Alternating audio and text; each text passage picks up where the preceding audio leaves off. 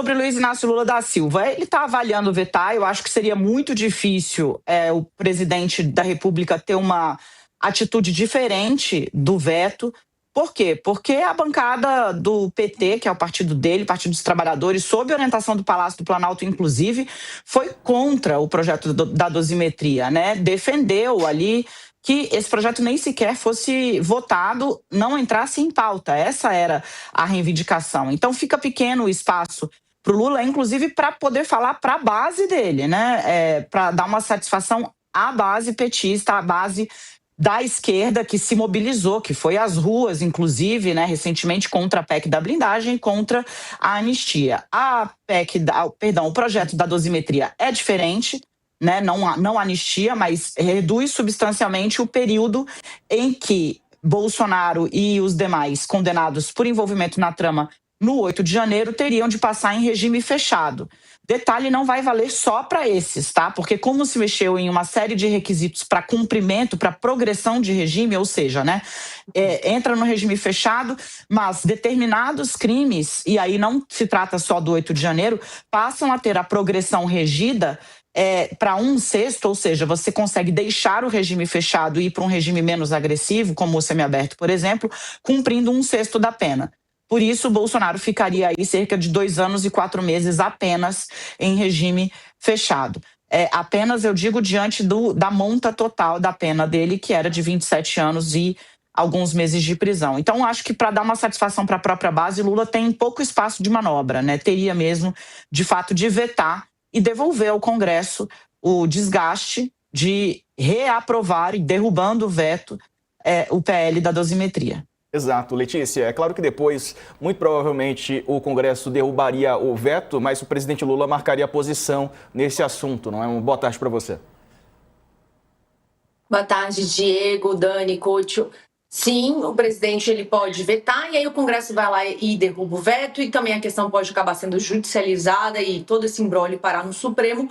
O fato é que agora que o projeto passou na Câmara, também está surgindo um monte de outros questionamentos, porque o Paulinho da Força, que foi o relator desse projeto na Câmara, falou o tempo todo que não, estava tudo articulado com os ministros do Supremo, que aquele texto tinha um aval do STF. Só que agora tem um monte de jurista apontando pontos do texto que vão favorecer outros tipos de criminosos, outros crimes.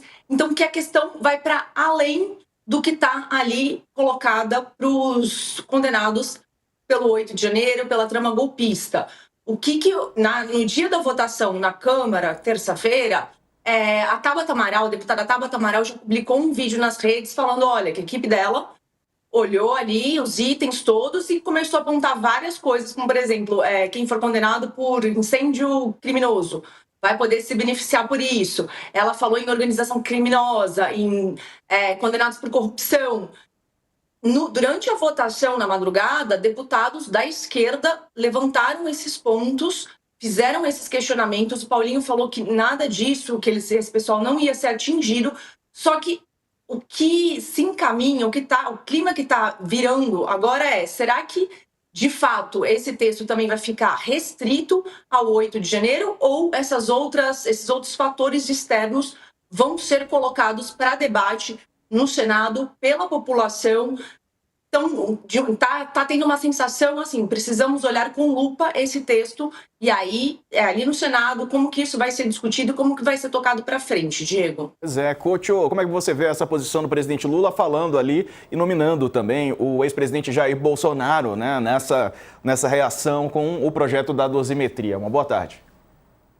Boa tarde, Diego. Boa tarde, Dani. Boa tarde, Letícia. É o seguinte, o Lula ele não fala abertamente, mas no Palácio do Planalto, todo mundo tem certeza que ele vai vetar essa aberração jurídica que aprovaram na Câmara, né? Ele não tem outra saída. É que para ele falar agora que ele vai vetar, ele vai dar munição para os adversários que vão dizer, olha aí, ele quer vetar a participação do Bolsonaro nas eleições, porque tem medo do Bolsonaro. Obviamente que não se trata disso. Sabe qual é o grande problema que eu vejo aí? A Letícia levantou um ponto muito importante. Um monte de jabutis que enfiaram nesse Frankenstein aí da dosimetria Paulinho da Força, que é uma anistia disfarçada, uma semi-anistia, né? Que, além de beneficiar diretamente Bolsonaro, que era esse o objetivo primeiro desse projeto que aprovaram na Câmara, uma série de outros criminosos vão ser beneficiados também. Está cheio de jabuti nisso aí, que a gente não ficou sabendo que o grande problema é que a Câmara agora só toma as decisões mais importantes de madrugada, que é para ninguém ver, que eles sabem que estão fazendo coisa errada. Então fazem escondido. Pode reparar, a Dani estava reclamando aí agora que essa semana, 2 madrugadas, né, todo mundo teve que ficar acordado acompanhando isso aí, agora virou rotina. Porque eles sabem que estão fazendo coisa errada, então fazem de madrugada, na calada da noite, como se dizia antigamente. Nós ainda vamos descobrir muita coisa que está enfiada nesse projeto que ainda não veio a público.